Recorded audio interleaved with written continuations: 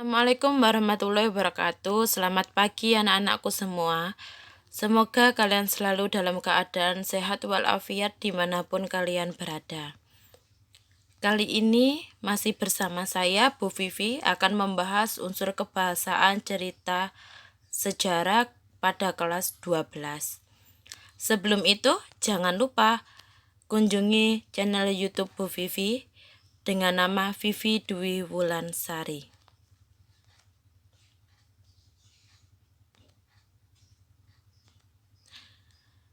Pada poin pertama, menggunakan kalimat yang menyatakan masa lampau. Di dalam kalimat ini terdapat kata yang menunjukkan bahwa dia masa lampau. Contoh, pada zaman itu banyak pejuang rakyat yang belum mengerti tata cara menggunakan senjata rampasan. Di sini yang mengidentikan pada bahwa kalimat itu masa lampau adalah yang bergaris bawah pada zaman itu. Yang kedua, dalam hal ini Bung Tomo teringat perang Jepang melawan Cina tahun 1931. Ketika itu Jepang ingin menguasai Mansuari. Bisa juga seperti ini. Gedung-gedung tua peninggalan company dari abad-abad yang lalu dan kemarin. Nah, itu juga menunjukkan bahwa masa lampau. Yang kedua, konjungsi. Konjungsi ada dua jenis di dalam teks sejarah. Yang pertama, konjungsi temporal. Konjungsi temporal adalah kata hubung yang menunjukkan runtutan waktu atau urutan waktu. Misalnya, kemudian, setelah itu, hingga, ketika, sebelum, sejak, sesudah, seterusnya. Yang kedua, konjungsi kausalitas atau kata hubung yang menunjukkan sebab akibat terjadinya suatu sejarah. Misalnya, sebab itu, karena itu. Konjungsi bisa terdapat dalam satu kalimat ataupun antar kalimat. Yang ketiga, kita akan membahas verba atau biasanya disebut dengan kata kerja. Yang pertama, verba material.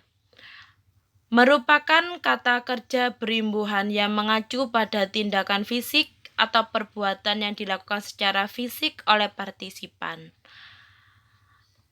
Di sini misalnya membaca, melempar, mendorong. Dalam kalimat, batin mereka terpanggil membantu dan menyelamatkan jiwa-jiwa muda yang rawan bahaya. Kata kerjanya adalah membantu dan menyelamatkan yang melakukan tindakan secara fisik. Yang kedua, verba mental. Kata kerja yang mengekspresikan sebuah reaksi atau respon seseorang terhadap suatu tindakan, kondisi, maupun pengalaman. Misalnya, melihat, merasa, suka, khawatir. Contoh kalimat, dengan tewasnya Malabi, Bung Tomo khawatir pihak Belanda memakai Inggris untuk mencaplok kawasan Surabaya seperti Jepang menguasai Mansuria saat perang melawan Cina. Di sini yang merupakan verba mental yaitu khawatir.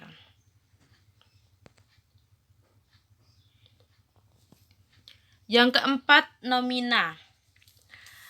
Atau biasanya kita menyebutnya dengan kata benda. Kata yang menyatakan nama dari seseorang, tempat, atau semua benda dan segala yang dibendakan.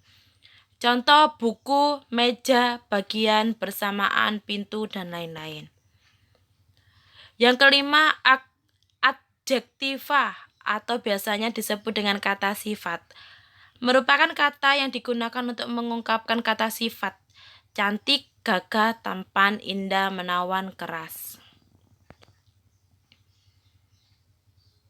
Keenam, gaya bahasa. Kata yang digunakan penulis untuk membangkitkan imajinasi pembaca saat membacanya serta memperindah cerita. Jenis-jenis kata kiasan atau gaya bahasa. Yang pertama, peribahasa. Kalimat atau kelompok kata yang tetap susunannya dan biasanya menghiaskan suatu maksud tertentu. Contoh, besar pasak daripada tiang. Yang kedua, majas. Majas merupakan bahasa kiasan atau bahasa yang indah ditunjukkan untuk meningkatkan efek tertentu. Majas jenisnya ada banyak sekali. Saya ambil contoh di sini. Perpustakaan adalah gudang ilmu, merupakan majas metafora. Atau biasanya juga majas sindiran halus atau biasanya kita menyebutnya dengan majas ironi. Bagus sekali tulisanmu, Irwan, sehingga Bu Vivi tidak bisa membaca. Lah, secara halus menyindirnya. Ungkapan atau kata kiasan. Contoh, panjang tangan, naik pitam, bendera setengah tiang. Yang ketujuh, pronomina atau kata ganti. Ada 3. Yang pertama, pronomina orangan dibagi menjadi 3. Orang pertama, orang kedua, orang ketiga. Pronomina orangan atau kata ganti orang pertama tunggal, saya, aku, jamak kita, kami, orang kedua tunggal, kamu, Anda, kau, orang kedua jamak, kalian, kamu, sekalian. Orang ketiga tunggal, ia, dia, beliau. Orang ketiga jamak, mereka.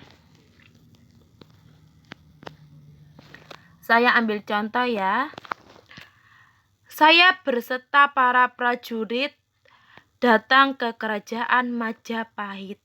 Di situ terdapat orang pertama tunggal, yaitu saya. Yang kedua, pronomina petunjuk atau kata ganti petunjuk. Ada 3. Yang pertama, benda, ini, itu, tempat, sana, sini, situ, ke sana, ke sini, ke situ, di sana, di sini, di situ. Hal, begini, begitu.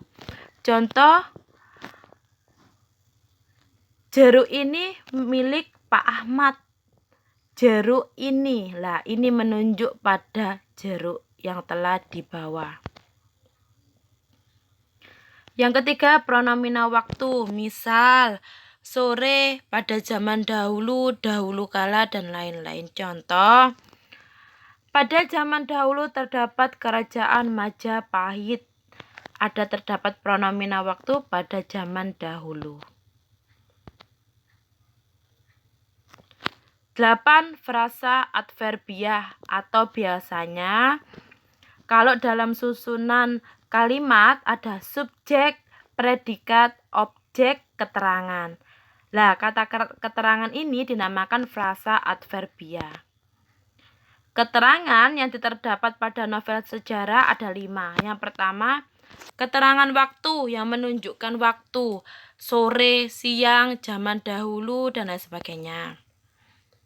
Keterangan tempat, di rumah, di kerajaan, di pantai. Keterangan alat, gunting, pisau. Keterangan cara, dengan hati-hati.